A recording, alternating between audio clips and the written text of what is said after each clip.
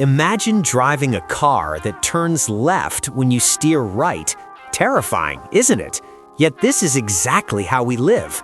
We command our minds to focus, but they choose distraction. We become slaves to a master we cannot see. But what if I told you that focus isn't a gift, but a muscle you can build? Today, we follow the journey of Kyle, an archer who discovered that the only distance between you and your dreams is silence. So ask yourself, are you the driver of your mind, or are you just a passenger along for the ride? Kale was famous in his village, but he wasn't famous for the right reasons. He was undoubtedly the most talented archer the village had ever seen. He had strong arms, sharp eyes, and a bow made of the finest wood. When Kale was alone in the forest, he was perfect. He could hit a falling leaf from 50 yards away. He could shoot an apple off a fence post without thinking. When it was just him and the bow, he was a master. But Kale had a fatal flaw. He could not master the noise inside his head. Every year, he entered the prestigious Tournament in Silence, desperate to become the royal guardian.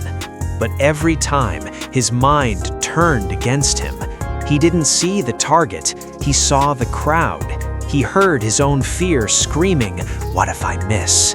His mind became a storm of anxiety. And because his mind shook, his hand shook. He was a king in practice, but a beggar in the arena, a prisoner of his own lack of focus. The day of the grand tournament arrived. Kyle told himself, "This year is different. I am older, I am stronger. I will just ignore the thoughts." He stepped into the arena. The sun was hot, the crowd was loud. There were 3 targets. The first target was close. Kyle took a deep breath. Whoosh! Bullseye. The crowd cheered. Kyle smiled. He thought, "I can do this. I am going to win." The day of the grand tournament arrived. Kale told himself, "This year is different. I am older, I am stronger. I will just ignore the thoughts." He stepped into the arena. The sun was hot. The crowd was loud. There were 3 targets. The first target was close. Kale took a deep breath. Whoosh! Bullseye! The crowd cheered. Kale smiled. He thought, "I can do this. I am going to win."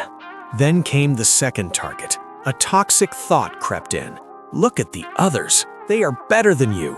He tried to fight it, but his heart pounded and he missed the center. Panic set in.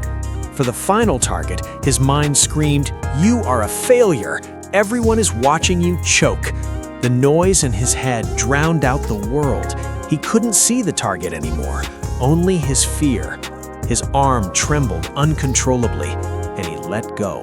The arrow didn't even hit the board. It landed in the dirt. Silence fell over the arena. Then, laughter. Kale dropped his bow. He didn't look at anyone. He turned around and ran. He ran out of the arena, out of the village, and into the woods. He fell to his knees by a river and screamed. He had the talent, he had the skill, but he had no discipline over his own mind. Ashamed, Kyle hid in the woods. There, he found a blind master fishing in perfect stillness. Kyle asked, "You are blind. How do you know when to strike?" The man smiled. "I do not look, I listen." Kyle confessed, "I wish I had your peace. My mind is too noisy to aim." The master nodded. "You suffer from the monkey mind. You try to fight the noise, and that is your mistake." Desperate, Kyle asked, "Then how do I find complete focus?" The master ordered, "Aim at that tree." Kyle drew his bow. "What do you see?" the old man asked. Kyle replied confidently, "I see the tree, the wind and the leaves, the water, and the bird." The master sighed. "That is why you fail. A man who sees everything sees nothing. When you look at the distractions, you lose the target. Discipline is not about seeing more, it is about seeing less." For a month, they didn't shoot a single arrow. They practiced silence. The master forced Kael to listen only to the wind, ignoring every other sound. It was torture, but slowly, Kael learned to let distractions pass like clouds. Finally, the test came. Kael drew his bow amidst the noise. "What do you see?" the master whispered. Kael didn't blink. "I see only the target. The rest of the world has disappeared." He released. Thwack! Perfect center. The world hadn't changed, only his mind had. Kael returned to the village. He entered the tournament the following year. The crowd was loud, the pressure was high, but this time, Kael walked in like a ghost. When he stepped up to the line, the crowd screamed his name. But Kael didn't hear them. He was in his tunnel. He saw the target, and everything else, the noise, the fear, the glory, faded into a gray blur. He didn't just win the tournament, he set a record that stood for 50 years. But when they handed him the trophy, he didn't jump or shout. He just smiled, bowed to the crowd, and walked away. He had won the trophy, yes, but he had won something much more valuable.